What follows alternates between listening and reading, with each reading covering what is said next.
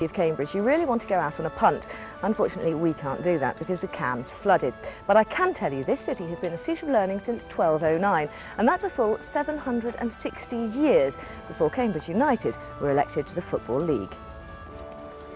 This university city attracts 3.5 million tourists from around the world every single year. There are no statistics, though, telling how many of them are attracted. Here to the home of Cambridge United, and who better to give us a tour of the Abbey Stadium than the King of the Abbey himself, fans' favourite John Taylor. Obviously we won the championship in '91, went to Wembley the year before, the playoff final, 2 cup quarter-finals, 1 here against Paris which we lost 1-0 and away at Arsenal losing 2-1. Just 4 wonderful years and an almost unbelievable run from the 4th, 3rd, 2nd. We nearly made it in the Premiership first time up. And there was promotion again when you came back in the late 90s? Yeah, with Roy and Precy. Had a wonderful team here and we should have won the league really. We had some decent teams here, we had some decent players. And manager Ron Atkinson, you had Ron. Yeah, Ron's been here a long time ago, way before me. I'm not that old, is he? Thank you very much. Roy's obviously been here, Roy McFarland, 47 odd caps for England, so you know he's a legend in his own right. And yeah, been a few good players past these doors. Been naked in here, is he? Nice. Right up your street, huh? Nice. So Cambridge, a city that attracts tourists and students from around the world, and a football club that attracts players from around the world. Time now to meet the manager, who speaks a language all his own. Go! Yes! It's a race to recover lost confidence. Last season, John Beck saved Cambridge from relegation. With 13 points to date this season, a repeat of that achievement looks tough enough, let alone planning for the future. This is a long-term target of building a squad, and we do think it will take 2 to 3 years before we can get a squad that is good enough to do anything. It's whether we're bright enough and hard-working enough to keep on keeping on. If we wanted to put in your mind about the 3 in midfield. He's a man with the mission statement, the 21st century's take 2 of the John Beck of the 90s when he led Cambridge into the spotlight. We were doing gimmicky things like cold showers, and it was great for the press, great for the media, and it highlighted this little football club into almost stardom. Can you do that again? Well, I have to say we can, but I think it's going to be a lot slower this time. His immediate concern is that they've only picked up 1 point away and were humiliated at Port Vale, that 5-0 result doing little to endear Beck to the supporters. The fact is well known that there may be 50% of the supporters are not sure about John Beck and his management style. They're thinking it's going to be long ball, direct ball, and I have to say that you know, some of our performances, they're certainly justified. You know, I'm sure that the people that are criticising have every right because they pay the money. I'd like to thank the ones that are backing us 100%.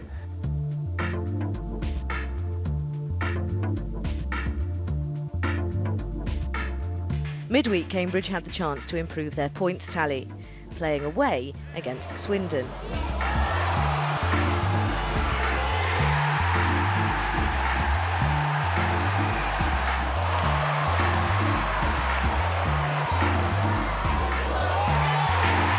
But they lost 2-0.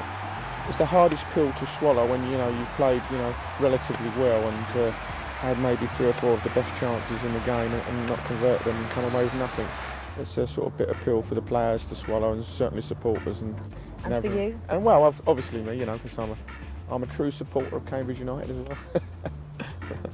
I support him 100%, but I think he's got a long way to go to get it right. Do you think John Beck can sort it out? No, so it's not. It looks very grim for us, but things might brighten up before Christmas. If it goes on like this, and the points ratio is the same as the season goes on, well, we get towards Christmas, and in most clubs, in most situations, you would think the manager's in some trouble. There is no such thing as success and failure. It is just about learning and feedback. And if we continue just to learn over each success and failure hurdle, we will be ultimately successful. But I think it will have to be patient, and supporters will have to be patient, and the board of directors will have to be patient for us to ultimately get that success that we know we will get. So John Beck has some way to go to retain the confidence of Cambridge United supporters. Later in the programme we'll be... Welcome back to Football Second, the roving football programme that takes you to every ground in Division 2. This week's Theatre of Dreams is the Abbey Stadium, though some supporters say they feel those dreams are turning into nightmares. With Cambridge United having only won 3 times in 15 games this season, fans such as John Seymour recall with some longing the club's happier days. Well, this is where I first stood in 1974 when I first came to the Abbey Stadium. That was the time when Big Ron Atkinson was in charge of the team, and boy, what a side they was. We had tremendous players there, Brendan Batson, Steve Fallon, Steve Spriggs, you name it. Legends at this club, all of them. 1991, it's the FA Cup 5th round. Cambridge United versus Sheffield Wednesday. And to many people's surprise, Cambridge United are already 3 goals to the good.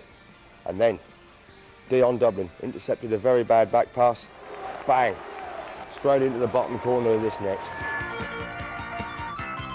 1999, and Cambridge United have already surpassed a lot of people's expectations by knocking out Watford in the first round of the Worthington Cup.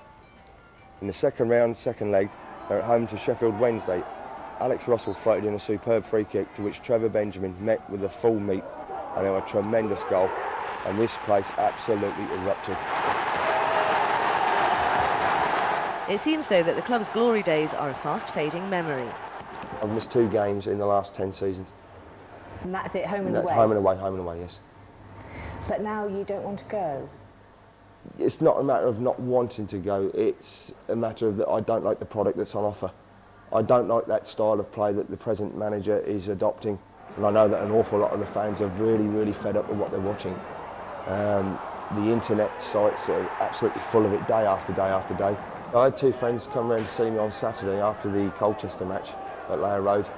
They've been to 367 consecutive matches together, and they say they're not going to go anymore because they simply can't watch that style of play any longer. The home attendances are down 1,000 to 1,200 people per home game. This club can't afford to lose that sort of money, and something sooner rather than later I think has to be done one way or the other. These fans here at Cambridge United, they don't protest. What they will do is vote with their feet. They'll walk away, and they have walked away, and more will follow if something isn't done shortly. We have the players here who can play, if they're allowed to. And that is the big question, are they allowed to? The long ball game is dead now. Nobody plays it. Even Wimbledon, the major exponents of the long ball, they don't play it anymore.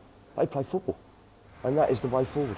And with the club hovering around the relegation zone, John feels the manager needs results, and fast. Without wins, you're fired, aren't you? You're sacked. It's simple. That is what's going to happen here. The big question is, the fans are asking, can we hold on till Christmas? I don't think so, because I think we'll be too far adrift to do anything by Christmas. I don't think we can afford to give them 23, 24 games. So something's got to happen sooner rather than later. Either him to change his tactics or the club to change their manager? Absolutely, either way. I think if Mr Beck doesn't change the tactics and start playing open, attractive football that the players want to play, then he will lose his job. I've got no doubt about that. So that's the view of one of the Cambridge supporters. This is a roadshow for Cambridge Fans United. They're trying to raise money for the redevelopment of the stadium. And while I try to recruit some more members for this very fine organisation, it's time to look back at some more of the action